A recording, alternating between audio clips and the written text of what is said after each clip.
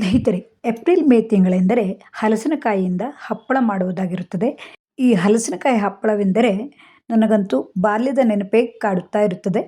ಬಾಲ್ಯದಲ್ಲಿ ನಾವೆಲ್ಲ ಅವಿಭಕ್ತ ಕುಟುಂಬದಲ್ಲಿ ಬೆಳೆದವರು. ನೆಲದ ಮೇಲೆ ಹರಡಿಕೊಂಡಂತೆ ಬೆಳೆದ ಹಲಸಿನಕಾಯಿಗಳು ಹಲಸಿನ ಮರದ ತುಂಬ ಆಗಿರುತ್ತಿದ್ದವು. ಅವುಗಳನ್ನು ಕೊಯ್ದು ದಿನಕ್ಕೆ ಸುಮಾರು 1000 ಹಪ್ಪಳ ಆಗುವಷ್ಟು ಬಾಳೆ ಎಲೆಯಲ್ಲಿ ಹಚ್ಚಿ ಮಾಡುವ ಅಕ್ಕಪಕ್ಕದವರ ಸಹಕಾರವನ್ನಂತೂ ಮರೆಯಲು ಸಾಧ್ಯವೇ ಇಲ್ಲ. ಇಂತಹ ದಿನಗಳಲ್ಲಿ ಮುಂಚಿನ ದಿನವೇ ಈ ರೀತಿಯಾದ ಹಲಸಿನಕಾಯಿಗಳನ್ನು ಕತ್ತರಿಸಿ ಅವುಗಳ ಸೊಳೆಗಳನ್ನು ಬೇರ್ಪಡಿಸಿ, ಆಗಂತೂ ಗ್ಯಾಸು ಕರೆಂಟು ಯಾವುದೂ ಇರಲಿಲ್ಲ. ಕಟ್ಟಿಗೆ ಒಲೆಯಲ್ಲಿ ದೊಡ್ಡದಾದ ದಳ್ಳೆ ಅಂತೀವಿ, ಅಲ್ಲಿ ಈ ಹಲಸಿನ ಸೊಳೆಗಳನ್ನು ಹಾಕಿ ಬೇಯಿಸಿ ಬೆಂಕಿಯನ್ನು ಉರಿ ಜಾಸ್ತಿ ಮಾಡುವ ನೆಪದಲ್ಲಿ ನಾವು ಅದರ ಜೊತೆಗೆ ಹಲಸಿನ ಬೀಜವನ್ನು ಹಾಕಿದ ನೆನಪನ್ನು ಮರೆಯಲು ಸಾಧ್ಯವಿಲ್ಲ. ತೊಳೆಯನ್ನು ರಾತ್ರಿಯೇ ಬೇಯಿಸಿಟ್ಟುಕೊಂಡು ಮರುದಿನ ಬೆಳಗಿನ ಜಾವದಲ್ಲಿ ಅಮ್ಮ, ಅಜ್ಜಿ, ದೊಡ್ಡಮ್ಮ ಇವರೆಲ್ಲ ಚಿಮಣಿ ದೀಪದಲ್ಲಿ ಒಳಕಲ್ಲು ಅಂತೀವಲ್ಲ, ಒರಳುಕಲ್ಲಿನಲ್ಲಿ ಈ ಬೇಯಿಸಿದ ಹಲಸಿನ ತೊಳೆಯನ್ನು ಹಾಕಿ ನುಣ್ಣಗೆ ರುಬ್ಬಿ ಒಂದು ಪಾತ್ರೆಯಲ್ಲಿ ತೆಗೆದಿಡ್ತಿದ್ದರು. ನಾವೆಲ್ಲ ಬೆಳಿಗ್ಗೆ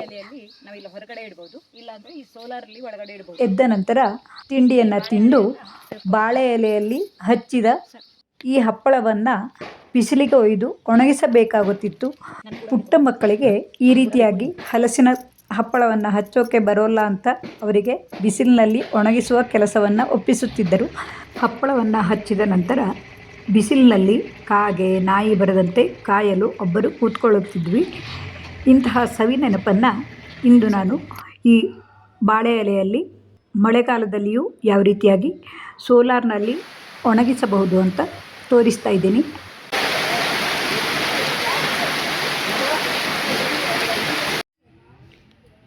ಬಿಸಿಲು ಸಾಗಲಿಲ್ಲ ಅಂದರೆ ಹೀಗೆ ಡ್ರೈಯರಲ್ಲೂ ಒಣಗಿಸ್ಕೊಳ್ಬೋದು.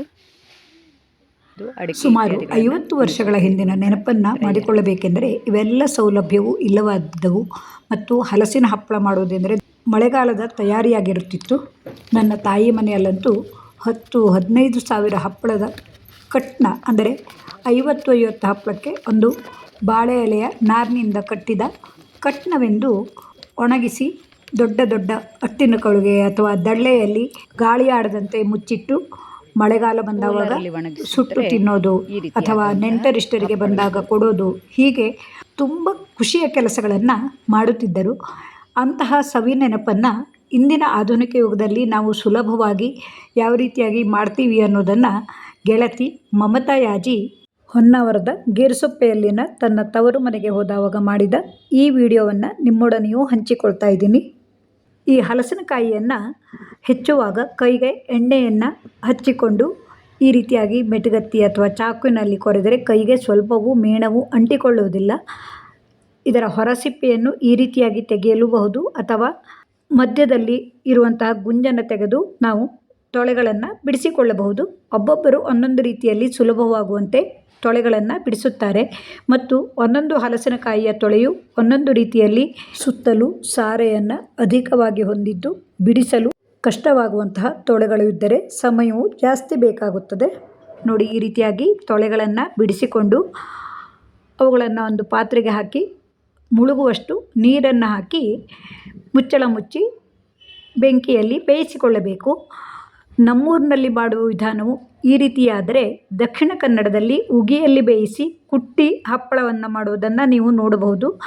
ಸಾಮಾನ್ಯವಾಗಿ ಉತ್ತರ ಕನ್ನಡ ಅಥವಾ ಮಲೆನಾಡು ಭಾಗಗಳಲ್ಲಿ ಈ ರೀತಿಯಾಗಿ ಹಲಸಿನ ತೊಳೆಯನ್ನು ಬೇಯಿಸಿ ಅವನ್ನು ರುಬ್ಬಿ ಬಾಳೆ ಎಲೆ ಅಥವಾ ಇತ್ತೀಚೆಗೆ ಪ್ಲಾಸ್ಟಿಕ್ ಎಲೆಯಲ್ಲಿ ಅಥವಾ ಚಿಪ್ಪಳಿ ಎಲೆ ಇತ್ಯಾದಿಗಳಲ್ಲಿ ಹಚ್ಚಿ ಒಣಗಿಸುವ ಕ್ರಮವಿದೆ.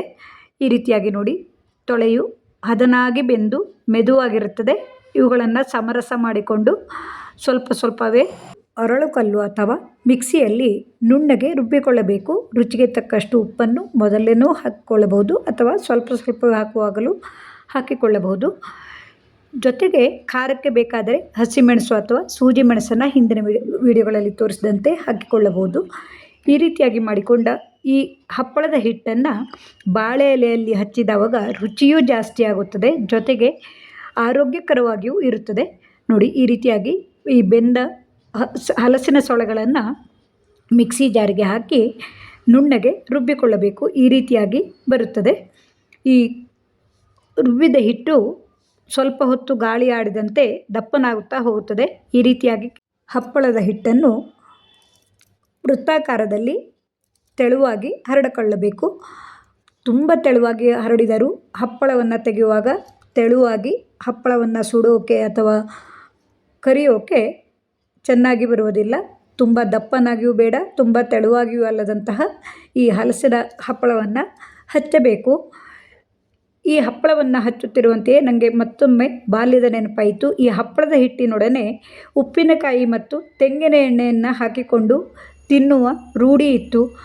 ನಾವೆಲ್ಲ ಸೇರಿಕೊಂಡು ಹಪ್ಪಳ ಹಚ್ಚಿದವರಿಗೆ ಈ ಹಪ್ಪಳದ ಹಿಟ್ಟನ್ನು ಕಲಿಸಿಕೊಟ್ಟು ತಾಜಾ ಕಡಗೋಲಿನಿಂದ ಕಡೆದ ಮಜ್ಜಿಗೆಯನ್ನು ಬೆರೆಸಿ ಕುಡಿದ ನೆನಪು ಸವಿ ನೆನಪಾಗಿ ಬಂದಿತು.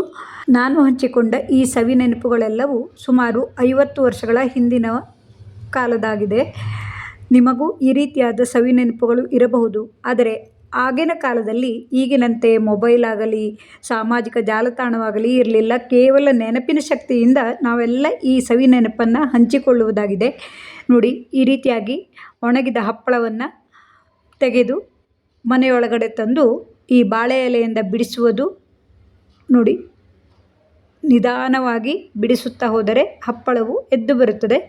ಕೆಲವೊಂದು ಮಾದರಿಯ ಬಾಳೆ ಎಲೆಯಲ್ಲಿ ಸುಲಭವಾಗಿ ತೆಗೆಯಲು ಬರುತ್ತದೆ. ಕೆಲವೊಂದು ಬಾಳೆ ಎಲೆಯಲ್ಲಿ ನಾವು ಎಷ್ಟೇ ದಪ್ಪನಾಗಿ ಹಚ್ಚಿದರೂ ಸುಲಭವಾಗಿ ತೆಗೆಯಲು ಬರುವುದಿಲ್ಲ. ಆಗ ಬಾಳೆ ಎಲೆಯನ್ನು ಹರಿದು ಒಂದೊಂದಾಗಿ ಎಳೆಯನ್ನು ಬಿಡಿಸಿ ತೆಗೆಯುವ ಕ್ರಮವಿರುತ್ತದೆ. ನೋಡಿ, ಹಳ್ಳಿಯಲ್ಲಿ ಈ ರೀತಿಯಾಗಿ ಮಮತಾಯಾಜಿಯವರ ಅಮ್ಮ, ದೊಡ್ಡಮ್ಮ, ಅತ್ತೆ ಇವರೆಲ್ಲ ಸೇರಿ ಹಪ್ಪಳವನ್ನು ಬಿಡಿಸುವ ಈ ಖುಷಿಯ ಕ್ಷಣವನ್ನು ನೋಡಿದಾಗಲಂತೂ ನನ್ನ ಬಾಲ್ಯದ ಸವಿ ನೆನಪು ಮೂಡಿ ಬರುತ್ತಲಿದೆ. ನಿಮಗೂ ಹಾಗೆಯೇ ಆಗಿರಬಹುದು. ಇಂತಹ ಸವಿ ನೆನಪನ್ನು ಹಂಚಿಕೊಂಡರೆ ಮಾತ್ರ ನಮ್ಮ ಖುಷಿಯು ಜಾಸ್ತಿ ಆಗುತ್ತದೆ. ಇಂತಹ ಸವಿ ನೆನಪು ಮೊದಲೆಲ್ಲ ಹಿಡಿದಿಟ್ಟುಕೊಳ್ಳುವ ಸಾಧನವಿಲ್ಲದೆ ಕೇವಲ ನೆನಪಿನ ಶಕ್ತಿಯಿಂದ ಹಂಚಿಕೊಳ್ಳೋದು. ಈಗಿನ ಸಾಮಾಜಿಕ ಜಾಲತಾಣವನ್ನು ಉಪಯೋಗಿಸಿಕೊಂಡು ನನ್ನ ಸವಿ ನೆನಪನ್ನು ನಿಮ್ಮೊಡನೆ ಹಂಚಿಕೊಂಡ ಈ ವಿಡಿಯೋವು ನಿಮಗೂ ಇಷ್ಟವಾದರೆ ನಿಮ್ಮ ಸವಿ ನೆನಪುಗಳನ್ನು ಕಮೆಂಟ್ ಮೂಲಕ ಹಂಚಿಕೊಳ್ಳಿ. ಈ ಬಾಳೆ ಎಲೆಯಿಂದ ಬಿಡಿಸಿದ ಹಪ್ಪಳವನ್ನು ಒಂದು ಬಟ್ಟೆಯಲ್ಲಿ ಹಾಕಿ ಹರಡಿ ಬಿಸಿಲಿನಲ್ಲಿ ಇನ್ನೊಮ್ಮೆ ಒಣಗಿಸಿ ನಂತರ ಸ್ವಲ್ಪ ತಣ್ಣಗಾದ ಮೇಲೆ ಹಪ್ಪಳದ ಕಟ್ನವನ್ನು ಕಟ್ಟಬೇಕಾಗುತ್ತದೆ. ಇಂತಹ ರುಚಿಯಾದ ಹಪ್ಪಳದ ಸವಿಯನ್ನು ಸವಿದವರೇ ಬಲ್ಲರು. ಇದನ್ನು ಸುಟ್ಟು ತಿನ್ನಲೂಬಹುದು, ಕರಿಯಲೂಬಹುದು.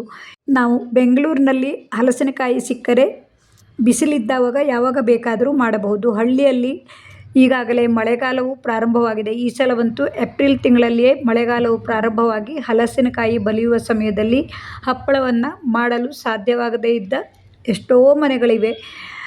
ನಿಮ್ಮೂರಿನಲ್ಲಿಯೂ ಹಪ್ಪಳವನ್ನು ಮಾಡುವ ವಿಧಾನವು ಭಿನ್ನವಾಗಿದ್ದರೆ ಅವುಗಳನ್ನೂ ಹಂಚಿಕೊಳ್ಳಿ. ದಕ್ಷಿಣ ಕನ್ನಡದಲ್ಲಿ ಅಂತೂ ಹಪ್ಪಳವನ್ನು ಕುಟ್ಟಿ ಮಾಡೋದೇ ಜಾಸ್ತಿ. ಈ ರೀತಿಯಾಗಿ ಹಪ್ಪಳ ಮಾಡುವುದು ನಮ್ಮ ಉತ್ತರ ಕನ್ನಡ ಮತ್ತು ಮಲೆನಾಡು ಭಾಗಗಳಲ್ಲಿ ಮಾತ್ರ ಅಂತ ತಿಳಿದುಕೊಂಡಿದ್ದೀನಿ. ನೋಡಿ, 25 ಹಪ್ಪಳಕ್ಕೆ ಈ ರೀತಿಯಾಗಿ ಕಟ್ನವನ್ನು ಕಟ್ತಾ ಇದ್ದಾರೆ. ಮೊದಲೆಲ್ಲ ಬಾಳೆ ಎಲೆಯ ನಾರಿನಿಂದ ಈ ರೀತಿಯಾಗಿ ಹಪ್ಪಳ ಕಟ್ನವನ್ನು ಕಟ್ಟೋದಿತ್ತು. ಬಾಳೆ ನಾರಿನ ಬದಲು ಈ ಪ್ಲಾಸ್ಟಿಕ್ ವೈರ್ಗಳಿಂದಲೂ ಕಟ್ಟಿ ಇಟ್ಟರೆ ಜಾಗವು ಕಡಿಮೆ ಸಾಲುತ್ತದೆ ಮತ್ತು ಇಡಲು ಅಥವಾ ಯಾರಿಗಾದರೂ ಕೊಡಲು ಸುಲಭವಾಗುತ್ತದೆ ಅಂತ ಈ ರೀತಿಯಾಗಿ ಮಾಡೋದು. ಈ ಹಪ್ಪಳ ಕಟ್ನವನ್ನು ಇನ್ನೊಮ್ಮೆ ಬಿಸಿಲಿನಲ್ಲಿ ಇಟ್ಟು ಬಟ್ಟೆಯನ್ನು ಮುಚ್ಚಿ ಒಣಗಿಸಿಟ್ಟುಕೊಂಡರೆ ವರ್ಷಗಟ್ಟಲೆ ಇಟ್ಟರೂ ಹಾಳಾಗೋದಿಲ್ಲ. ಇಂತಹ ಸವಿ ನೆನಪಿನ ಜೊತೆಯ ಈ ವಿಡಿಯೋವನ್ನು ಕಳಿಸಿದ ಮಮತಾಯಾಜಿಯವರಿಗೆ ಧನ್ಯವಾದಗಳನ್ನು ತಿಳಿಸುತ್ತಾ, ನಿಮಗೂ ಈ ವಿಡಿಯೋ ಇಷ್ಟವಾದರೆ ಲೈಕ್ ಮಾಡಿ, ಇಷ್ಟ ಮಿತ್ರರಿಗೆ ಶೇರ್ ಮಾಡಿ. ಪ್ರೋತ್ಸಾಹಕ್ಕಾಗಿ ತಮಗೆಲ್ಲರಿಗೂ ಧನ್ಯವಾದಗಳು.